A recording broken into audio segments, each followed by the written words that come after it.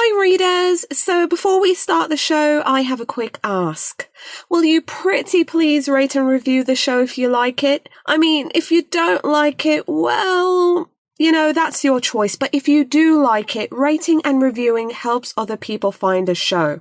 So if you take a few seconds and hit those 5 stars, that helps. And if you take a minute to write something nice about the show, that will help even more. So thank you in advance. And alrighty, now on to the episode.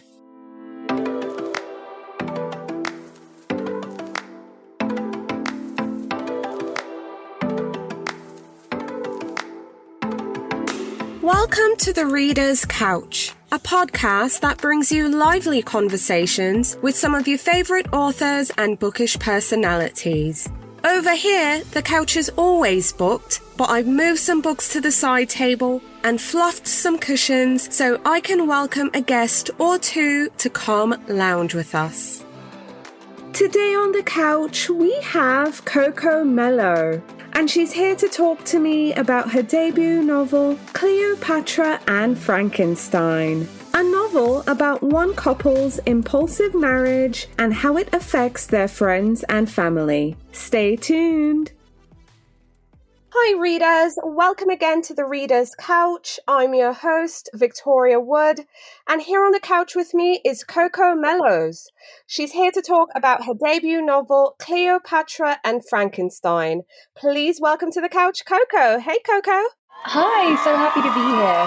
Yay, I'm so excited to have you here on the couch with me. Can't wait to talk about Cleopatra and Frankenstein. But before we get into the details of the book, your debut novel has been out in the world for a few weeks now. Readers can get their hands on a copy. On a scale of 1 to 10, how are you feeling? How excited are you?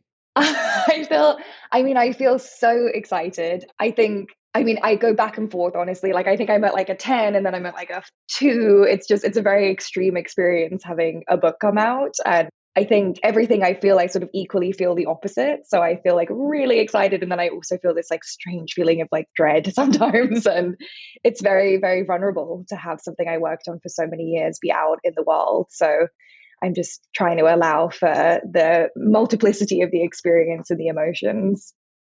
Absolutely. And I'm just going to say, go with it. Just go with the flow. Yes, exactly. Absolutely. Okay, so tell us about your novel, Cleopatra and Frankenstein, and what can readers expect when they pick up your novel? So Cleopatra and Frankenstein is the story of a couple, essentially Cleo and Frank, who meet on New Year's Eve and have this instant, electrifying chemistry, and then decide, very quickly to get married so that Cleo, who is British, can get citizenship and stay in New York. The story is told from their perspectives and then also from the perspectives of multiple members of their friends and family who end up also being affected by this spontaneous marriage. And I always like to say the book is sort of like the night out and the morning after. It's the sort of fantasy of what life in New York can be like, very glittering and glamorous. And, it's set in the early 2000s before the stock market crash. So there's a real feeling of, freedom and potential. And then it's also the fall of that fantasy. It's the sort of dark underbelly beneath that shimmering surface. Right, absolutely. Okay, so this novel has a May to December romance in there because Frank is 20 years older than Cleo. What were your thoughts on putting this relationship dynamic together? Because I know readers tend to have certain thoughts, like preconceived notions, but if you could tell a reader, something that they probably wouldn't think about, what would you tell them about this May to December romance? Well, the romance is over 2 years. So, they meet on sort of New Year's Eve 2006, and the novel follows them through to 2008. I was interested in exploring, it's quite common, I found in my group of friends or in the scene I was in New York, that, younger women in their 20s were with older men in their 30s and 40s. And I think I was really interested in exploring that power dynamic and the kind of illusory power which seems to be granted on younger women in their 20s, because of sort of beauty and youth, and how that feeling of power can very quickly dissipate once it's actually interrogated, or once you're having to sort of live in the real world with your partner. I'm not really hugely interested in the morality of my characters. Like, I don't make judgments of them, to be honest. I sort of allow them to be who they are and see what happens. And I think novels are a space where we can sort of practice like empathy and compassion and looking at relationships or dynamics that we perhaps had like one idea about, and then we get to see it from a different perspective. So I felt that the age gap also would just create for some very interesting drama, which it certainly did. So I'm always thinking about what will make the most dynamic or interesting, entertaining story. Yes, yes, absolutely. I think it made for great drama, great reading. I couldn't stop turning the pages, honestly. But I want us to talk about Frank a bit because, yes, he's an older gentleman in the relationship. He's a 40-something ad executive, but he also has a drinking problem. That's one of his vices. And Cleo is an aspiring painter who is 20 years his junior. So tell us a bit more about Frank as an individual and Cleo, obviously without spoilers, but just so readers can have an idea who these two people are. Yeah, I mean, they were interesting characters to work with. I got the idea for the story. My mother had actually told me an anecdote about her own honeymoon, which was that she was with my father in a hotel room and he was drunk at the time. He now no longer drinks. And he was balancing on the balcony, trying to bet with the other hotel guests whether he could dive from the balcony into this blow up pool toy into the swimming pool below. And my mother was smoking a cigarette and said, I hope you jump, I hope you die. And they had this big fight. And she told this, my parents are still married, they're very happily married. But I thought it was such a great story because I'm really interested when the emotional terrain of a scene is very different than what you would expect based on what's like physically happening. So you would think that a honeymoon scene would be romantic, harmonious, that it would have these moments of a couple sort of looking at each other. And actually what makes that story for me so like dynamic and fun is that it's the exact opposite of what you'd expect. It's a honeymoon scene that's full of discord, turmoil, conflicting emotions. So I loved that scene. I decided to write it. It's the first scene I ever wrote of the book, but it actually ends up appearing, more in the middle of the novel. I didn't want to write about my parents because I write fiction and I decided to save my family from that grueling experience. So I decided to make up a couple who could potentially end up in such a honeymoon. So I just began to think, like, why would a couple get married quickly, potentially before they know each other, maybe for citizenship? So who would do that? Perhaps someone young, for the woman, someone younger who's looking for security. Who would do that? Who's a man? Maybe someone who is looking for excitement, looking for a way to, refresh a part of their life. And then slowly, it took years. Frank actually came to me pretty fully formed. I really had a strong sense of his nature. He's charismatic, he's highly verbal, he is a caregiver by nature. He shows that through paying for everything. He has, alcoholism in his family, an alcoholic mother, a sister who's dealing with her own drinking problem. So I thought about like what it looks like to be that combination of opposites. On the one hand, very, very responsible for everyone around you. And then on the other, hugely irresponsible, as we see Frank do multiple things throughout the novel that I think are ill-advised, to say the very least, and pretty selfish. And then for Cleo, I also thought about that combination of opposites that can exist within someone. She is not verbal. She's extremely visual. She's very sublimated emotionally. A lot exists beneath the surface for her. She also has this kind of attractive quality where people are drawn towards her. But like Frank, she has this sort of darker past that is beneath the surface that's actually guiding a lot of what she does, but people can't see it. And she's, sort of exquisitely sensitive, but also, has this sort of death drive inside of her, this very self-harming streak. And so I just sort of tried to create scenarios that would bring these, different parts of themselves to life. And it took a number of years to really get close to both of them. But now they're so alive for me, and I hope they are for readers too.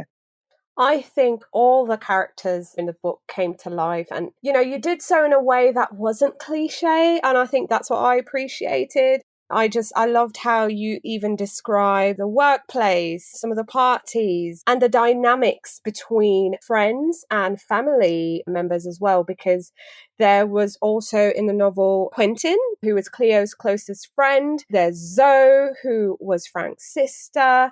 Eleanor, the copyright at the workplace. I mean, I was just here for it. I loved all the characters, just how vibrant they were and just how you think just kind of tied together. So I want to tell readers, yes, you're going to meet more folks in the novel along with Frank and Cleo, but I'm curious, Coco.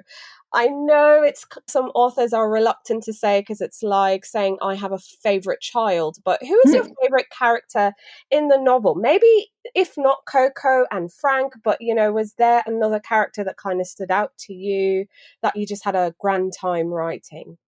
Yeah, I love the use of that word grand. All my Irish friends use it. They're like, "Oh, I'm grand." I was like, it's so nice. It's so nice. Yeah, I think for me, the obvious choice would be Eleanor, who, she is a character who comes in later in the novel. She's the only character whose sections are written in the first person. Everything else is written in close third. So, of course, whenever you write in first person, there is, you're in this voice that you really get to so fully inhabit as an author. Eleanor is a woman who starts working at Frank's advertising agency. The rest of the characters have this very kind of glamorous sheen across them. They're either, a lot of them are very beautiful, very successful, or working in fields like fashion and art.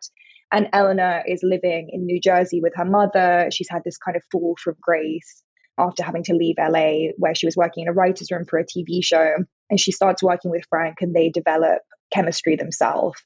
And I loved writing her. I love her voice. I really, really got to exercise my kind of humor muscle by writing her. I hope she's very funny. Her sections are written in these fragments that allow for this kind of punchliney quality, and they have this bouncy rhythm. And what I loved about writing it is that beneath that bouncy rhythm, Eleanor is actually, she's grieving. She's going through something really difficult with her father who's unwell. And she's also kind of grieving this idea of a life that she thought she was going to lead, and this fear of how she feels about Frank. And I gave so much of all my characters. I gave so much of myself to her, my perspective, what I find funny, what I noticed. For years I would write in the notes app on my phone anything I overheard that was funny, and I gave it all to Eleanor, just every single one of those notes. And so it was like it felt like very a wonderful use of all these observations over the years that alone don't seem like much, but slowly accrue to hopefully this like very, very textured and rich character. So I think Eleanor is probably the favorite. And the other thing I would say is that I think, tying back to your question earlier about sort of preconceived notions about characters or tropes, Eleanor would occupy the role of the other woman in the novel, technically speaking. And it was really important to me that she was not vilified in any way, and that the female characters were not pitted against each other as, like, this is the young one and this is the older one, or this is the pretty one, or this is this one. Like, I really wanted Eleanor to be able to sort of tell her own story in her own voice. And I think that the character that on the surface we would maybe from the outside think we had the kind of most judgment of, in my experience with readers and of myself, she's the character that people feel the most connected to and often have the most compassion for. So it was just a really wonderful experience writing her. Oh, I'm so excited because when I was looking back at my notes for the interview, I'd written 3 words for Eleanor. It was witty, brash, but also, a bit melancholic in a Yes, way. I'm so glad. Yeah, definitely. Those were my 3 words for her. I appreciated her, in the novel. I really did. So I was kind of super excited to hear you talk more about Eleanor. I loved her, just brash, witty, but, a bit melancholic. But I also love that you tied in humor in the novel as well, because I think for me, this was a story about friends, friendship, family, but also a lot of misinterpretation. I think it happens a lot, when I think about my friends, when I think about family, and, when we have disagreements or misunderstandings, it really comes back to just that, a misunderstanding. Mm-hmm. So I thought that was super representative in there. Was that something you kind of thought about, just preconceived notions, misunderstandings, but also how one relationship can have this greater ripple effect on everyone around them?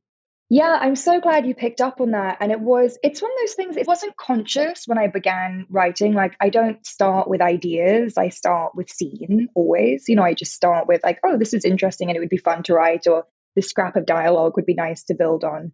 But sort of afterwards, I realize how these like broader themes I've been thinking about are influencing the novel. So I was very interested in my own life about, humans are pack animals. Like that's sort of how we were Yeah. created. We exist in the group, and we survive because of the group. Historically, that's sort of like how we evolved.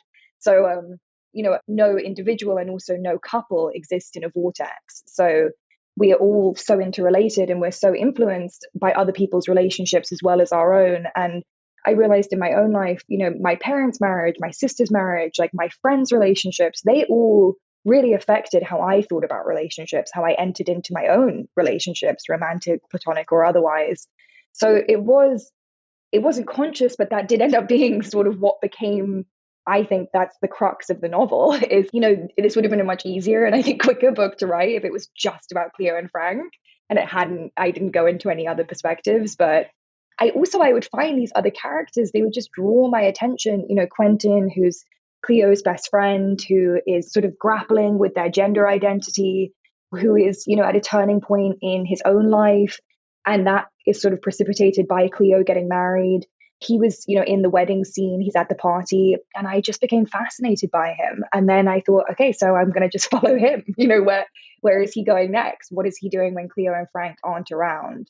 And for me, it's really important that these characters, many of whom are not white or not straight, are not treated as foil characters for the central couple, that they get to exist on their own terms. Outside of Cleo and Frank, they have their own rich backstories and their own lived experiences that are just as important than anyone else in the book. Right, absolutely. So the last note I have on the book is New York, because it felt like a character in itself. The city Yes. itself, felt like it had this huge role to play with Frank and Coco, but also the other characters as well. Personally, I haven't lived in New York, I've visited, I've done the basic things, but I felt like the city came to life in this book. Was New York a factor in your writing? Yeah, I mean, absolutely. I moved to New York when I was 15 for high school. It's such a porous age, I found. As a 15-year-old, your sort of identity or your character is not set by any means. My husband, who's British, moved to America when he was, 29 by contrast. So he loves America, but it hasn't been as formative for him as New York was for me. And I lived in New York for 15 years, from 15 to 30, and now I live in Los Angeles. The city was, hugely important to my life. My first year in New York, I was, pretty lonely and unhappy. It was quite like a hard age to move. And then something kind of clicked for me and I discovered downtown and I started going to these parties and I sort of found my tribe of people. I just never looked back. It remained for me forever the city that was the center of my world.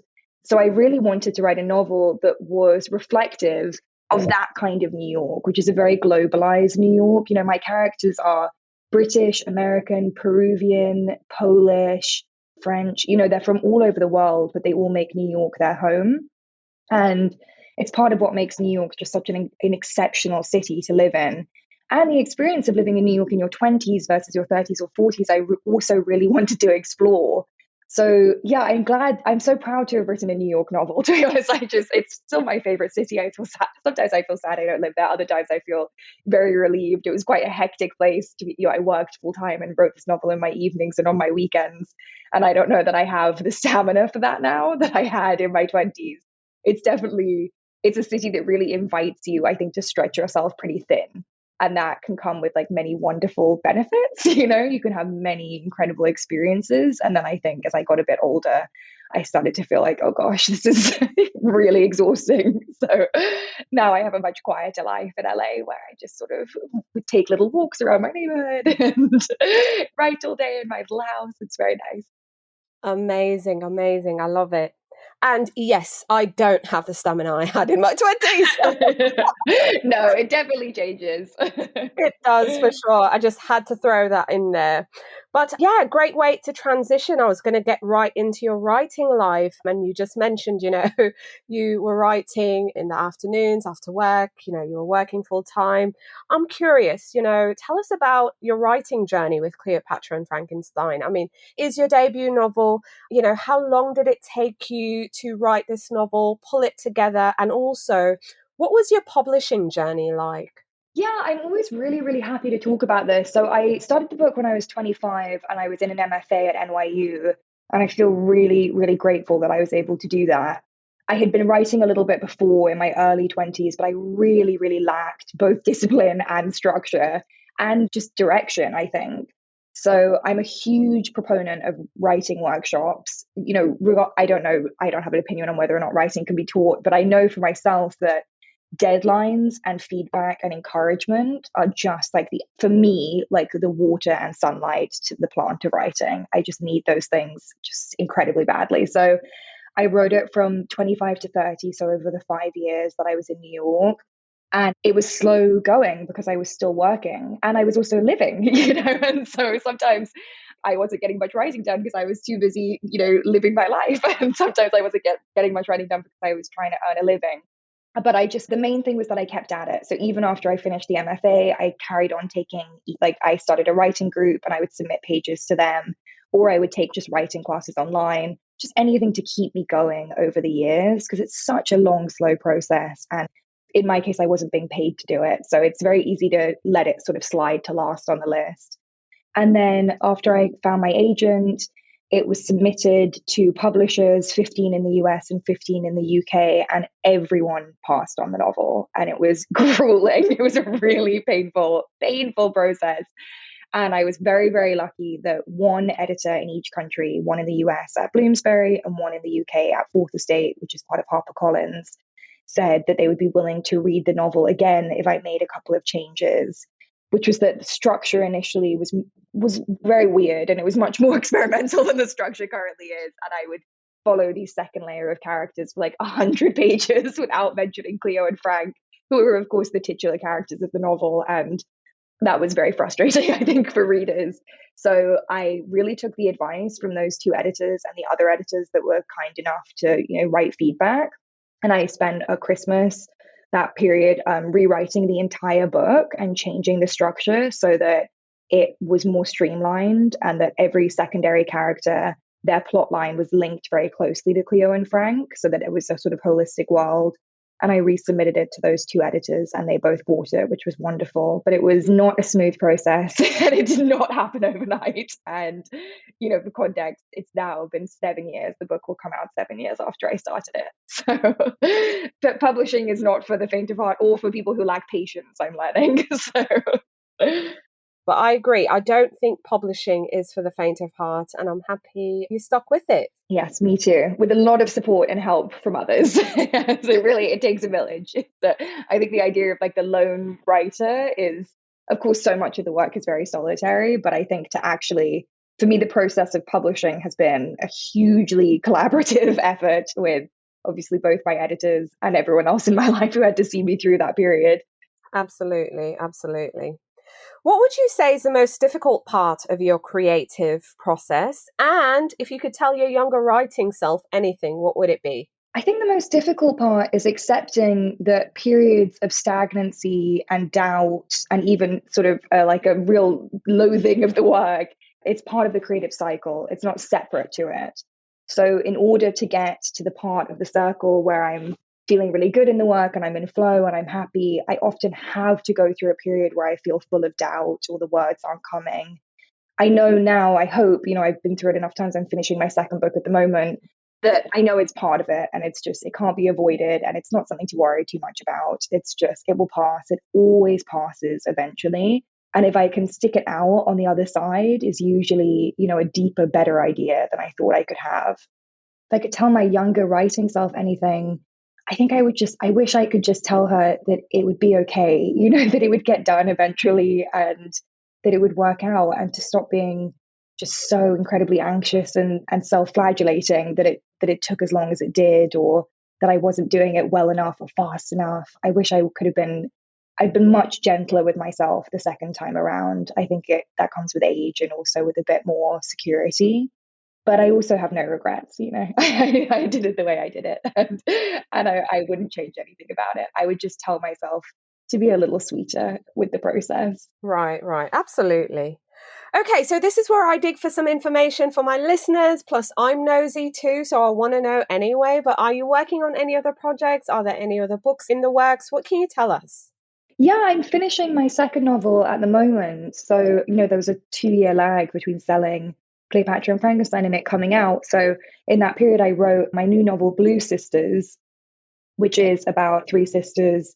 It's a fourth sister who's died a year before the novel opens, and it's about the remaining sisters navigating that loss. A little bit like with Eleanor, like I'm really, or with any character in the book, I'm really interested in those kind of opposing, like a book that's about loss, I also think can be like very, very funny, and I'm interested in like the way grief manifests in ways that are less expected. So the sisters are also, I don't know, they're full of sort of hijinks and they're pretty, I've really enjoyed writing them. There's quite a lot of drama that ensues, and I was also very interested in exploring sibling dynamics. I felt my first book was very much about like romance and friendship. And Hmm. this book is a lot more about family and what gets passed down through families. So I've loved writing it. I hope readers will like it as much as I did. But I think that will take a little bit of time for it to come out since I'm just finishing it at the moment. Right, right. Okay, but yay, I'm excited. We have something to look forward to. So more Coco books in the future. Yay. Yes. All right, Coco, I want to get into your reading life real quick. I know we're here to talk about Cleopatra and Frankenstein, but I want to know what you're reading. So share with our listeners the last book or books that you finished reading that you'd now recommend.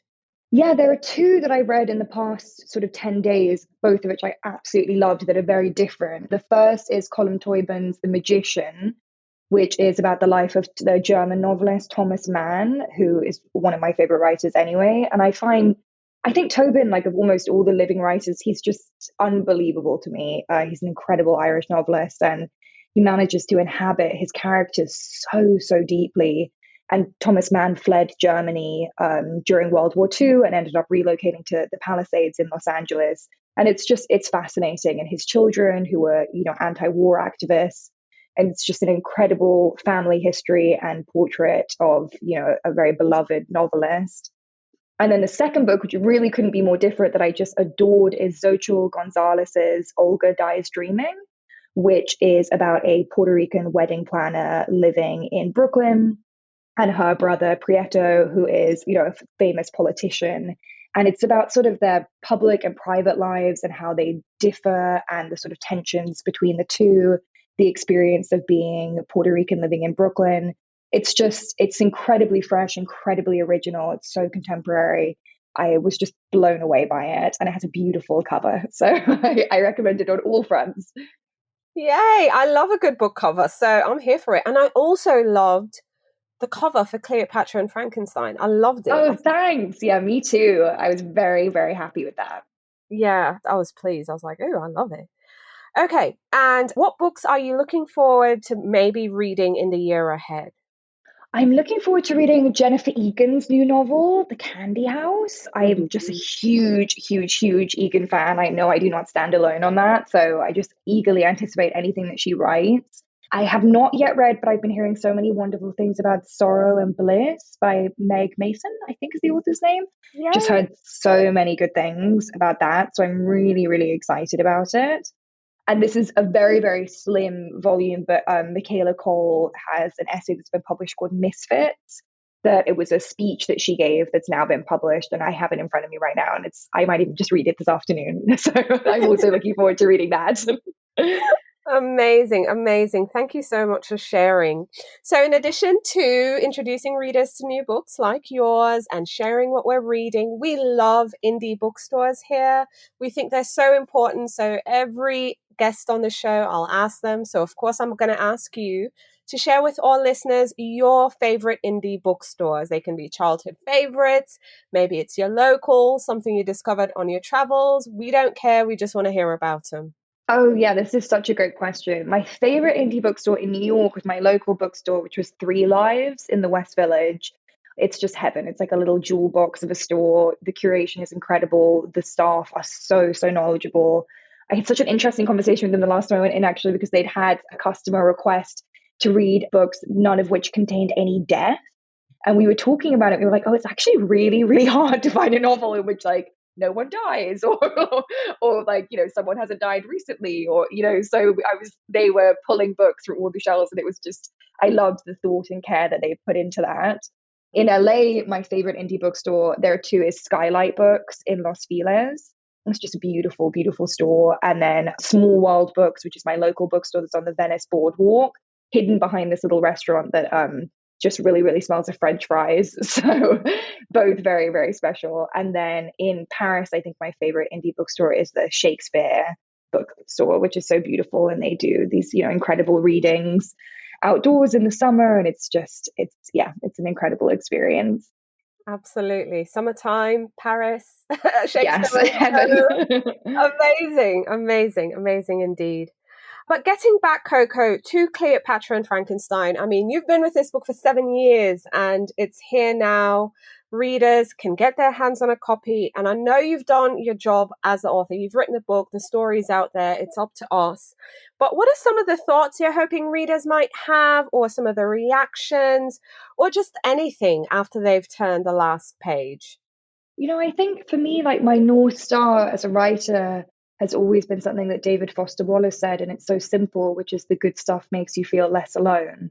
It's why I read, and it's certainly what drew me to writing. So I hope that, when readers read these characters, they just feel less alone, that maybe there are parts of themselves that they felt, they haven't seen reflected in fiction before, or that they thought was sort of irredeemable in some way, or not deserving of compassion. And I really hope that they feel that way afterwards.